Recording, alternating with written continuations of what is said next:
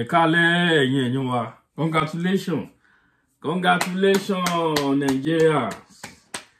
All the Nigerians. Congratulations to you all. Ẹ wo fọ́nrán tá mú wá yìí. Nigeria. A ó kí yín náà pé congratulations. Wọ́n ní Delta Warri Refinery ó ti bẹ̀rẹ̀ iṣẹ́. Ṣé mọ̀ pé níjọ́ kìíní àná wọ́n jáde síta wọ́n sọ fún wa. Wọ́n ní refinery Port Harcourt ó ti bẹ̀rẹ̀ iṣẹ́. Fàkínfà ṣẹlẹ̀ láàrin wọn. Àwọn ọlọ́kọ̀ agbépo pẹ̀lú àwọn òṣìṣẹ́ inú refinery wọ́n ń jà. Wọ́n ní wọ́n répo gbé. A dúpẹ́ lọ́wọ́ Ọlọ́run. Síbẹ̀síbẹ̀ ọpẹ́ náà la máa dú. Àbí kí ni ká sọ? Ṣé ohun tó ń dùn mí jù ní gbogbo ọ̀rọ̀ yìí ni wípé láti ìgbà tí Dangote ò tí dáwọ́lé refinery, wọn ò rí nǹkan ṣe sí refinery Nigeria. Wọ́n ní refinery ní Kaduna, wọ́n ní Delta, wọ́n ní Port Harcourt, ó dà méjì náà ló wà ní Port Harcourt. Alhamdulillah. Àwọn òsínwín, àwọn aláyé ràdàràdà, àwọn òpònú ènìyàn. Ẹ lọ wo gbogbo àwọn ìlú káàkiri tí wọ́n lépo, ẹ mọye refinery tí wọ́n ní tó dẹ̀ function. Wọ́n lọ ń gbé crude oil fún wọn, wọ́n máa fọ̀. Bẹ́ẹ̀ ṣe ń lọ ń gbé fún wọn, wọ́n máa fọ̀, wọ́n máa ti dá padà kí wọ́n lépo. Mo máa ń fi India ń ṣe example all the time. Ẹ̀yin ẹ lọ Google ẹ̀ pé how many refinery ni wọ́n ní ní India. Kẹgbọ́n nǹkan tí Google á sọ fún yín, wọn ò lépo ní India. Ọ̀rọ̀ yín fẹ́ dàbí Venezuela tí wọ́n lépo, tí wọ́n ti ń jìyà sí nǹkan tí wọ́n ní. Bọ́rọ̀ wọn náà ṣe rí nìyẹn. Àwọn adarí wa ọpọlọ wọn ti sorí kodò, ọpọlọ wọn wà lábẹ́ ẹsẹ̀ tó fi rìn. Ẹ ṣàfarabalẹ̀ ẹ wò fọ́nrán yìí, ẹ jẹ́ ká wò. Okay, gentlemen and ladies, we are taking you real into our plant. The MD will lead the team. No, not for. This is just not for camera. This plant, you see reality yourself. This plant is running. We have not completed 100%. We are streaming the other part of the plant as we progress. But currently, this plant is running, and you see what is happening. And we are bringing product into the market.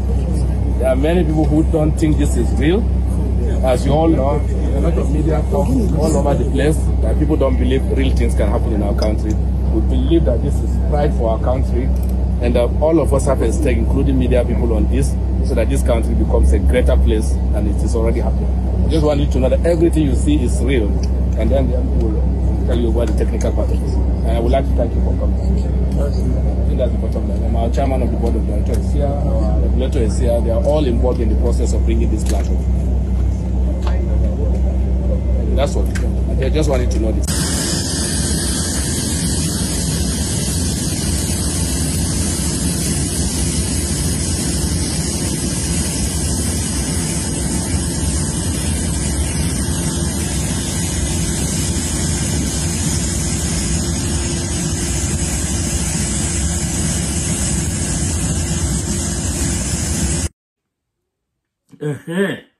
Ṣé gbọ́ nǹkan tí wọ́n sọ?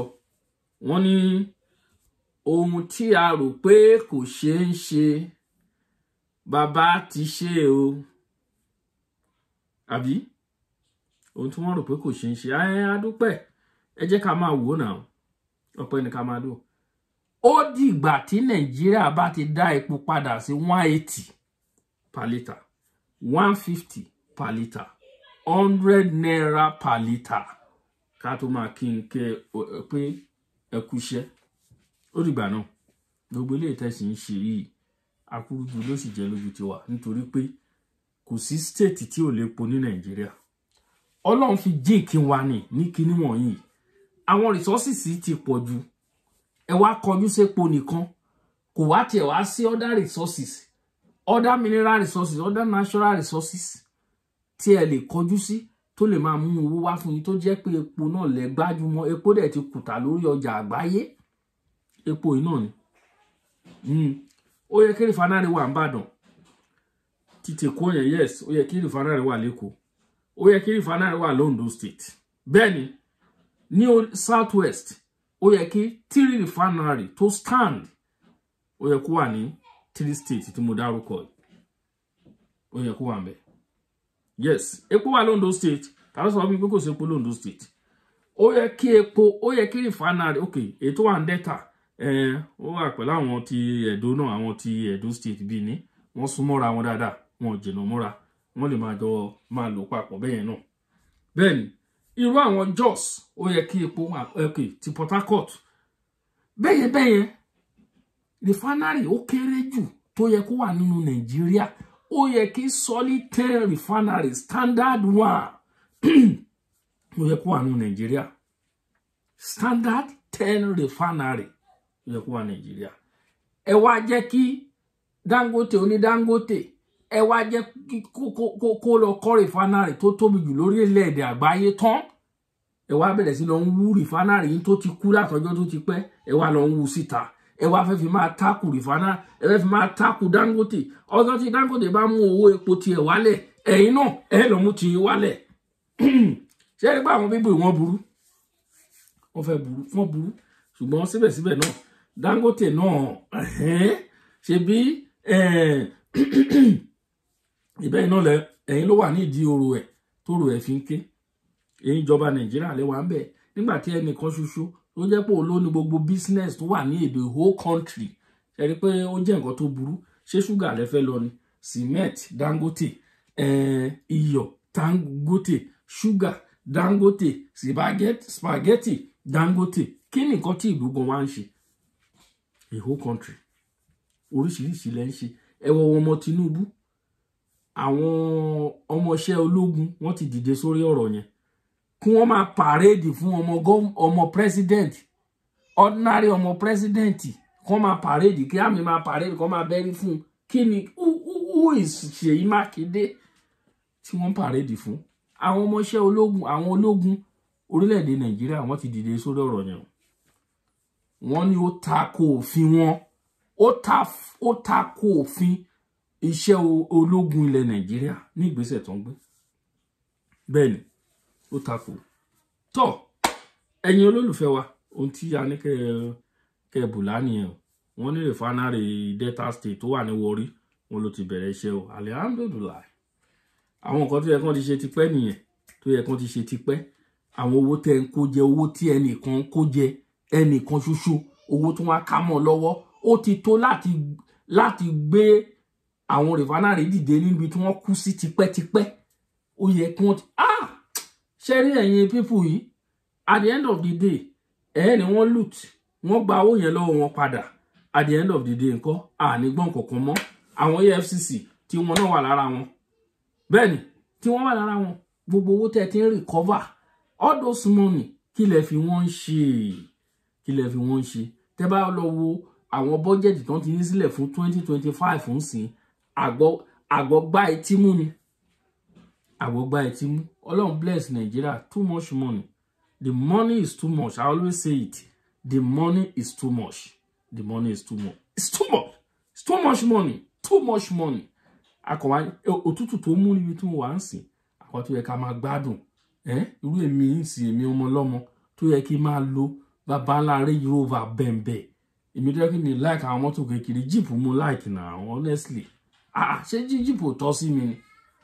Ṣé Jeep ò tọ́ sí mi ni? Èmi ọmọ ọba tó jẹ́ pé inú resources tó ẹ̀pọ̀ Ọlọ́run mọ̀ọ́mọ̀ dá mi síbẹ̀ ní nílẹ̀ Yorùbá jẹ́jẹ́ mi.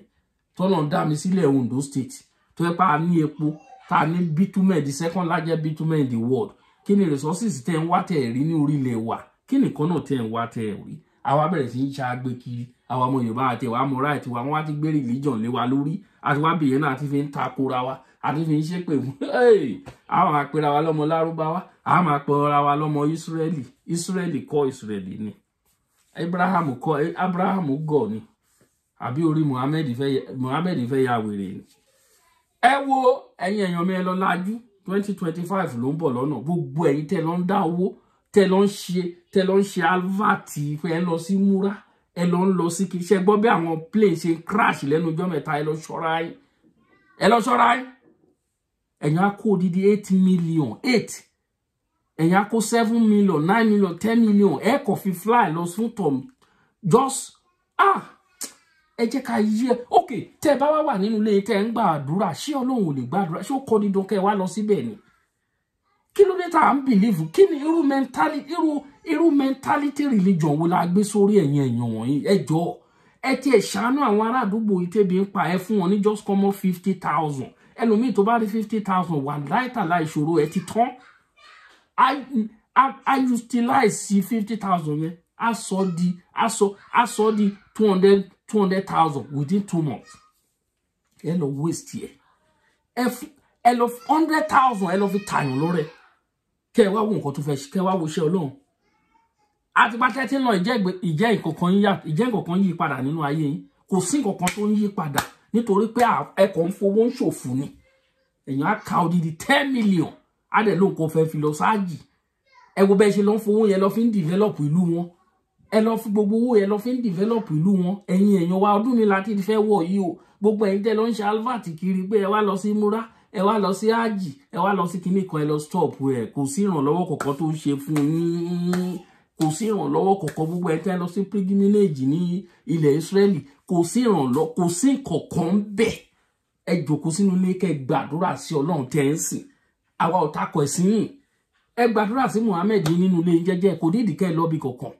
ẹ gbàdúrà sí Jésù nínú yàrá yín nínú ibi tẹ́ bá jẹ́ ṣọ́ọ̀ṣì yín ẹ lọ gbàdúrà sí kò nídìí kẹ́ lọ síbi kọ̀ọ̀kan ẹ má fowó ṣòfò ẹ̀yin ẹ jọ̀ọ́ ẹ ṣàánú mi ẹ fún mi ní just 2 million ẹ kọ fún mi má lò dáadáa má lò mo láwọn èèyàn débi ń pa má pín má ṣe fídíò ẹ rí àníwọ̀n àwa ló mọ owó tó jáde lọ́wọ́ wa nínú sísìn táwa yìí ẹ ṣàánú àwọn èèyàn ẹ yé waste owó ẹ ṣàánú àwọn èèyàn ẹ jọ̀ọ́ ẹ yé waste owó ẹ jọ̀ọ́ ẹ gbọ́ wa ẹ̀yin èèyàn wa ẹ wo ẹ̀yin olólùfẹ́ wa Yorùbá Nation tọkàntọkàn ni wa o ẹ má bójú wẹ̀yìn afẹ́ẹ̀délẹ̀ ìlérí bó ṣe jẹ́ nìyẹn ẹ má dẹ̀ gbàgbé láti bá mi share ẹ subscribe ọwọ́ tẹ́ fi bá mi subscribe ní fi gbọ́mọ sí mo rí gbogbo yín tẹ́ subscribe o Ọlọ́run mọ̀ yín o mo lè má mọ̀ yín Ọlọ́run mọ̀ yín ìwọ̀n bá àwọn tó ń comment náà ni mo mọ̀ ṣùgbọ́n mo mọ̀ pé Ọlọ́run mọ̀ yín ẹ ní fọwọ́ yín gbọ́mọ sí nínú ọdún 2025 ìpè tẹ́ bá máa pè ìpè ayọ̀ ni bẹ́ẹ̀ ni ẹ ní gbà pé ìbànújẹ́ lágbára ṣe lédùà èmi ọmọ yín ọ̀rẹ́ yín olólùfẹ́ yín Akalamago TV mo kí gbogbo yín ò dọ̀bálẹ̀ mi rèé o ẹ ṣeun wa o.